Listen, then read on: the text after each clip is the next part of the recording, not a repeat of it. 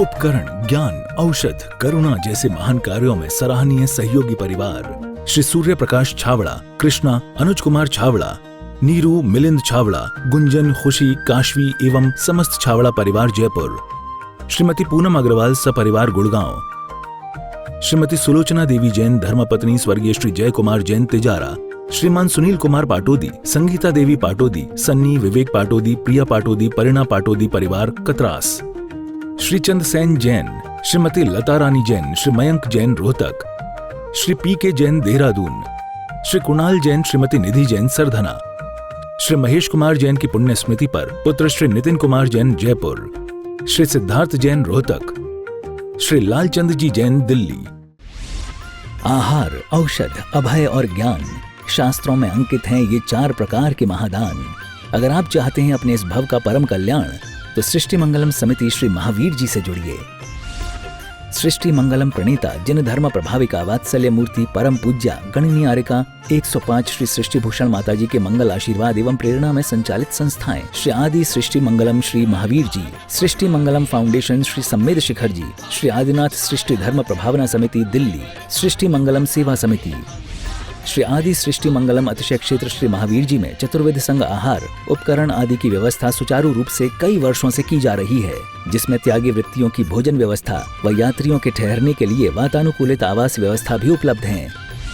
तो आप भी अपनी चंचला लक्ष्मी का सदुपयोग कर पुण्य के भागी अवश्य बने। 1 दिवसीय आहार व्यवस्था 2100 रुपए, सामान्य सदस्यता 1 वर्ष 11,000 रुपए, सामान्य सदस्यता 2 वर्ष 21,000 रुपए, सदस्यता 31,000 रुपए, विशिष्ट सदस्य 51,000 रुपए, अति विशिष्ट सदस्य 71,000 रुपए, संरक्षक 1,11,000 रुपए, शिरोमणि संरक्षक 2,11,000 रुपए।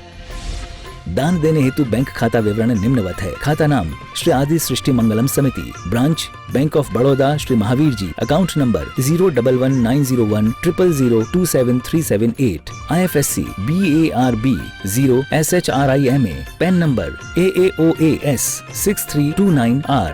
अधिक जानकारी व रसीद प्राप्त करने हेतु संपर्क सूत्र 9376571002। हमारे मन में भी यदि जरा से कोई दुश्मन आ जाए, दूर से दिख जाए तो आप दरवाजा बंद कर लेते हो। यदि कसाईयों की परिणति आने की कोशिश करे तो अपना दिल का दरवाजा भी बंद किया करो कि नहीं आना। यदि एक क्षण को भी आ गई तुरंत कायोत्सर्ग करो कि भगवान ही मेरा स्वभाव कैसे था। भगवान से अकेले प्रार्थना मत करो कि भगवान तुम ऐसा कर देना, तुम ऐसा कर देना, तुम्हारे कर्म मिटा देना। भगवान कर्म मिटाएंगे क्या? वो अपने नहीं मिटा पाए, वो हमारे कैसे मिटाएंगे? सोचो, 15 महीने तक रत्नवर से इंद्र आए, देव आए, देवियां आई, और जब आहार नहीं मिला आदिनाथ को सो गए थे क्या? उन्हें ख्याल नहीं है? किसी को सपना दे देते, किसी को बता देते अवध ज्ञान से, लेकिन नहीं, जब तक कर्मों का खुद का उदय था तब तक कोई निमित्त नहीं बन सकता है। इसीलिए कभी मत कहना इसने हमारे को, आप चलते तो खुद हो। संसारी प्राणी गलत रास्तों पर चलता है, फिर ठोकर खाए तो परमात्मा को दोष देता है। और सम्यक दृष्टि, रास्ते गलत हो तो भी उन्हें सही बना लेता है। अंतर इतना है कि मिथ्या दृष्टि जीव पत्थरों पर सिर पटक लेता है, सिर फोड़ लेता है, और धर्मात्मा सम्यक दृष्टि उनसे मूर्तियां बना लेता है। एलुकस करके एक व्यक्ति हुआ, उस बहुत बड़ा व्यापारी था, और कहते हैं कि थैलंजो दूसरा व्यक्ति था, कलाकार था। एलेंथस के यहाँ एक पत्थर पड़ा हुआ था, बहुत साल से मंगाया था लेकिन कोई नहीं ले गया। बार बार उसके मन में आता था कोई पत्थर नहीं ले जाता है, अरे कोई कह दे तो मैं उसके घर पे छुड़वा दूँ, ये इतना बड़ा पत्थर बेकार पड़ा है, कोई आता तक नहीं, और मैं किसी को कहता हूँ तो कोई देखता तक नहीं इस पत्थर। और कहते हैं एक दिन भाई रेंजर आया और कहने लगा ये पत्थर बेचना चाहते। उसने कहा बेचना, तुम फ्री में ले जाओ तो मैं तुम्हारे यहाँ पहुँचा दूँ। कहने लगे बस तुम हमें इसकी आज्ञा दो।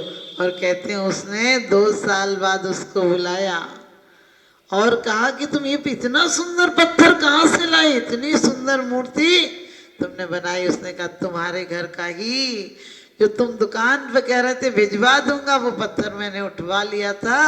सिर्फ मेरे अंदर एक मूर्ति भगवान की बार बार पुकारती थी कि इतनी बड़ी में तो परमात्मा बन सकता है, और मैंने मूर्ति तराशी। आप कहते हो कि कारीगर पत्थर तोड़ता है, कारीगर पत्थर तोड़ता नहीं है।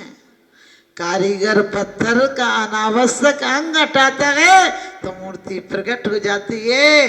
गुरु आपसे कुछ छीनते नहीं है, आपके अनावश्यक अंगों को हटा देते हैं जो अनावश्यक है, क्योंकि आप भी भोजन करते हो, गुरु भी आहार लेते हैं। सिर्फ अंतर इतना है, तुम जीवन चलाने के लिए लेते हो, तुम कमाने के लिए लेते हो, और वो धर्म की नैया को, इस जीवन नैया को पार कराने के लिए लेते हैं। तुम चलते हो तो दुकान में कमाने के लिए जाते हो, और वो उस संपत्ति को कमा रहे हैं जो एक बार आ जाए तो आपत्ति खत्म हो जाती है। वो उस सत्ता की प्राप्ति के लिए जो शाश्वत सत्ता है, और हमारी सत्ताएं तो 4 दिन की चांदनी फिर अंधेरी रात। आज पूछते नहीं तो क्या हुआ, कल एक एक से पूछोगे क्या हुआ था। समझ गए? आज पूछते नहीं तो क्या हुआ, कल एक एक से पूछोगे क्या हुआ, क्या हुआ था। कहते हैं जो कभी नहीं बैठे 2 क्षण हमारे पास, आज हमारे घर बैठने चले आ रहे हैं। जिन्होंने 2 शब्द कभी प्यार से नहीं कहे, वही हमारे घर आकर आंसू बहा रहे हैं। जिन्होंने कभी एक जोड़ी कपड़े लाकर मुझे प्यार से नहीं दिए, वही आज साल पर साल उड़ा रहे हैं। जिन्होंने कभी घी की चुपड़ी रोटी नहीं दी, वही मेरे जाने के बाद घी के टीन क्या डुला रहे हैं अर्थी पर। जिन्होंने कभी मुझे हथेली का सहारा नहीं दिया, वही कंधों पर उठा रहे हैं। वास्तव में ये जिंदगी की हकीकत है। जिंदगी भर दौड़ते हो, कहाँ पहुंचते हो? मौत पर। और वो मौत भी इतनी दुखद होती है क्योंकि जिंदगी भर जद्दोजहद की है। आपने नदी को देखा, मुर्दे को तिरा देती है और जिंदे को डुबा देती है। क्यों? कैसी पागल है, नदी को इतना पता नहीं, जिंदा जीना चाहता जिला दे, लेकिन नहीं, मुर्दा छोड़ देता है तो जिला दे, पार लगा देती है। और जिंदा जद्दोजहद करता है। हम भी जिंदगी से जद्दोजहद नहीं कर रहे, हमें ये मिल जाए वो मिल जाए, बेटे की शादी अच्छी, बहू अच्छी, पैर अच्छे, मकान अच्छा, दुकान अच्छा, रे मन अच्छा बनाओ, सब अच्छा हो जाएगा। कितनों ने दिए धोखे मत पूछो, कितनों ने दिए धोखे मत पूछो, वरना अपनों के चेहरे उतर जाएंगे, वरना अपनों के चेहरे उतर जाएंगे। जरा सा निमित्त मिला था मैना के बाप को, क्या उसने गलत कहा था? यही कहा था अपने कर्मों का, जो आपके यहाँ बेटी हुई हो ये भी कर्मों का फल है। किसी गरीब के यहाँ हो जाती तो क्या करते, लेकिन अहंकार बर्दाश्त ही नहीं कर सकता है। अहंकार इतना छिछला है कि उसे 2 बातें बहक। आप घर में किस बात की? अहंकार की तो लड़ाई है। सास कहती मेरा घर है, बहू कहती है मेरा घर है। सास कहती है कि मेरा बेटा कमा कर लाया, बहू कहती है मेरा आदमी कमा कर लाया। यदि बहू ये सोच ले कि मेरा आदमी होने से पहले तो सास का ही बेटा था, बेटा तो सास ने ही पैदा किया है, इतने कहते मुश्किल से बच्चे को इस लायक बनाया है। यदि ये कह दे कि माँ जी को दे दिया करो पैसे लाके, मैं भी क्या करूंगी, बाद में तो सब तुम्हारा ही है, बाद में तो बहू का ही है, सास कब तक जीती रहेगी। ये तो मौत की बलगारी कहो कि धर्म सिखा दिया। यदि सच बता रहे मौत नहीं होती तो तुम अपने बच्चों तक को कुछ नहीं देते, लेकिन मौत की बड़ी गनीमत है कि तुम्हें जाना ही पड़ेगा एक दिन, इसलिए बच्चों के नाम वसीयत कर देते। अरे वसीयत देते हो, नसीहत भी दिया करो जो भव भव में काम आएगी। क्योंकि हम सब धन चाहते हैं, लेकिन धन सुख नहीं दे पाता है। मैना के बाप ने भी कहा था मैंने तुझे धन दिया, राशि ठाट बाट दिए। उसने कहा सब कर्म से मिले पिताजी। और कैसा बाप है, बेटी जन्मते ही पराई होती है, बड़ी होती है तो सगाई होती है, और एक दिन होता है विदाई होती है। क्योंकि हर बेटों के, हर बाप के किस्मत में बेटियां नहीं होती, हर बेटियों की किस्मत में बाप तो होते हैं, लेकिन हर बाप की किस्मत में बेटियां नहीं होती। मैं तो हमेशा कहती हूँ जब बेटियां पैदा होती हैं तभी बाप का दिल पैदा होता है। क्योंकि बाप बेटा पैदा हो तो लगता रहेगा घर में ही रहेगा, लेकिन बेटी पैदा होती है उसी दिन एक टीस सी होती है, चली जाएगी। क्योंकि चिड़ियों की तरह होती हैं बेटियां, भले पंख नहीं होते, मायके होते हैं, ससुराल होते हैं, लेकिन उनके अपने घर नहीं होते। मायके में लोग कहते हैं पराया धन है, और ससुराल में कहते हैं पराई जाई है, जबकि वो घर बसा देती है। हर सास सोचे कि बेटा आज तेरा है कल तेरा पहन ले। हर त्योहारों पर अपने पति से कहो कि माँ के लिए, ये मत बोलो बूढ़ी है उनके लिए क्या जरूरत है तो उनके पास साड़ी नहीं। अपने पति से कहो कि यदि मेरे कपड़े बनेंगे तो पहले माँ के कपड़े, पिताजी के कपड़े बनेंगे। भले वो बुजुर्ग हैं, भले वो बुजुर्ग हैं, अनपढ़ हैं, साफ नहीं रहती है, उनका दिमाग काम नहीं करता है, लेकिन फिर भी तुम अपना फर्ज अदा करो कि पहले अकेले ये पढ़ने से कुछ नहीं होता है। हो नहीं कृतज्ञ कभी में द्रोह न मेरे उरी आवे, पढ़ने से क्या होगा। यदि जिस घर में तुम्हें सुंदर घर मिला है, और घर सुंदर से मतलब क्या होता है, आजकल हर कोई घर तोड़ के बड़ा घर बना रहा है। अरे बड़ा दिल बनाओ, जितनी ऊर्जा साल 2 साल की उस मकान बनाने में लगा दी, जितना पैसा उस घर बनाने में लगा दिया, इतना दिल यदि स्वयं के परिवर्तन में लगाता, आत्मशोधन में लगाता, आत्मोत्थान में लगाता, तो ये गारंटी है इस मकान नहीं तुझे मोक्ष का मंजिल मिल जाता, मोक्ष मंजिल मिल जाती। वास्तव में मैना सुंदरी के पिताजी ने कोड़ीपति ढूंढ कर ला दिया। उस टाइम थोड़ी पता था कोटी भट्ट है, लेकिन हमेशा मैं कहती हूँ कि अच्छी राह पर कदम रखना, क्योंकि मंत्रियों तक ने समझाया था। जरा सोचो समझो तो कहेगी क्या तुम्हें दुनिया, कलंकित करके कुल अपने की क्यों शोभा गंवाते हो। कहाँ है चांद पूनम सा, कहाँ है नर महाकुशी, कलंकित करके कुल अपने की क्यों शोभा गंवाते हो। लेकिन बाप पे अहंकार का भूत चढ़ा था। और आपको ये बात इसलिए बताई कि पुण्य का उदय हो, धर्मानुराग हो, तो ध्यान रखना कोड़ीपति भी, सिरिपाल ने कहा था तुम मुझसे दूर रहो क्योंकि तुम्हें इस बीमारी का डर है। उसने कहा था कैसे दूर रहो, तिल से कहीं तेल दूर रहता है, चांद से चांदनी दूर रहती है, अग्नि से उष्णता दूर रहती है क्या, जो आपसे मैं दूर रहूं।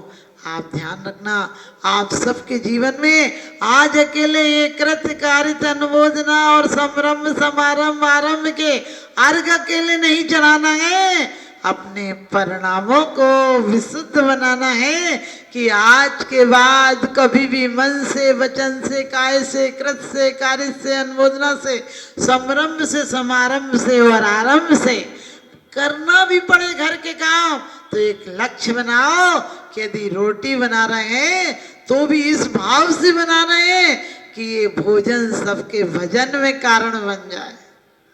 आप तो देख के नहीं चलते हो और फिर ठोकर पत्थर को दोष देते हो। तुम ठीक नहीं चल रहे थे और कहते वो पत्थर था ना आगे। तुम्हें क्रोध आया, कहते क्या करें हम तो बोलना ही नहीं चाहते, हम तो कभी बोलते ही नहीं, लेकिन उसने बात ही ऐसी कह दी थी, 2 बात तो कहना पड़ती ना। माने तुम ईमानदार हो, वो बेवकूफ है जो जिसने तुम्हें निमित्त पैदा कर दिया। अरे हमारे महापुरुष तीर्थंकरों की तरह कि लाख निमित्त मिलेंगे लेकिन अपने आप को विचलित नहीं करने देंगे। यदि कभी क्रोध करना भी पड़ा, आप लोग को पता है अधिकांश बच्चों पर क्रोध उतारते हो, क्योंकि पति को तो मार नहीं सकते तो बच्चों को पीट के रख देते हो।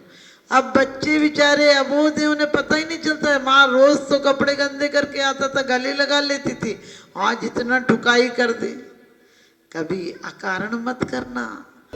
विश्व पटल पर जैन धर्म की प्रभावना करने वाली ममता की साक्षात प्रतिरूप परम पूज्य गुरु माँ आर्य का रत्न 105 श्री सृष्टि भूषण माता जी के आशीर्वाद से सिद्ध क्षेत्र, अतिशय क्षेत्र एवं महानगरों में सेवा के पुनीत कार्य भी किए जा रहे हैं। अनेकानेक आध्यात्मिक पुण्य के कार्य, साधुओं के आहार, विहार, औषधि एवं उपकरण आदि की व्यवस्थाएं सुचारू रूप से कई वर्षों से की जा रही है। महीने में 2 दिन 3 दिन नहीं चलता, पूरे 365 दिन चौका चलता है। और पहली व्यवस्था तो ये थी कि साधु पहाड़ पे भी जाता था तो वहाँ से आटा आदि की व्यवस्था है, जो भी सामग्री साधु को चाहिए होती तो पहाड़ पे भी जाती सामग्री जाती थी और वहाँ पर साधु को चौका आदि लगता था। ये बीड़ा उठाया, उनका ये मिशन है कि हर क्षेत्र पर साधुओं की त्यागी वृत्तियों के आहार की संपूर्ण व्यवस्था हो। पूज्य आर्यिका माँ सृष्टि भूषण माता जी की अनुकंपा कृपा जगत के अनेक जीवों पर बनी हुई है और जहाँ भी माता जी की दृष्टि पड़ती है, जहाँ भी किसी प्रकार से पीड़ित परेशान लोग दिखाई देते हैं, माता जी के माध्यम से उनकी किसी न किसी प्रकार से सहयोग की जाता है। साथ ही सामाजिक सेवा के भी कार्य समिति द्वारा कार्यरत है। बच्चों की शिक्षा, गरीबों की सहायता, वृद्ध एवं असहाय लोगों को आश्रय दिया जाता है। गौ संरक्षण एवं संवर्धन के लिए गौशाला का निर्माण एवं चारा जैसे सराहनीय कार्य किए जा रहे हैं। देर न करें, आज ही जुड़ें ऐसे महापुण्य के कार्यों से। 1 लाख से अधिक राशि देकर संरक्षण आदि पद प्राप्त कर सकते हैं। साथ ही छोटी राशि दान करके भी पुण्यार्जन कर सकते हैं। आप अपनी दान राशि दिए गए निम्नलिखित बैंक खाता विवरण में जमा करा सकते हैं। अधिक जानकारी हेतु संपर्क सूत्र। आहार, उपकरण, ज्ञान, औषध, करुणा जैसे महान कार्यों में सराहनीय सहयोगी परिवार श्री सूर्य प्रकाश छावड़ा, कृष्णा, अनुज कुमार छावड़ा, नीरू, मिलिंद छावड़ा, गुंजन, खुशी, काशवी एवं समस्त छावड़ा परिवार जयपुर, श्रीमती पूनम अग्रवाल सपरिवार गुड़गांव, श्रीमती सुलोचना देवी जैन धर्मपत्नी स्वर्गीय श्री जय कुमार जैन तिजारा, श्रीमान सुनील कुमार पाटोदी, संगीता देवी पाटोदी, सन्नी, विवेक पाटोदी, प्रिया पाटोदी, परिणा पाटोदी परिवार कतरास, श्री चंद सेन जैन, श्रीमती लता रानी जैन, श्री मयंक जैन रोहतक, श्री पी के जैन देहरादून, श्री कुणाल जैन, श्रीमती निधि जैन सरधना, श्री महेश कुमार जैन की पुण्य स्मृति पर पुत्र श्री नितिन कुमार जैन जयपुर, श्री सिद्धार्थ जैन रोहतक, श्री लालचंद जी जैन दिल्ली।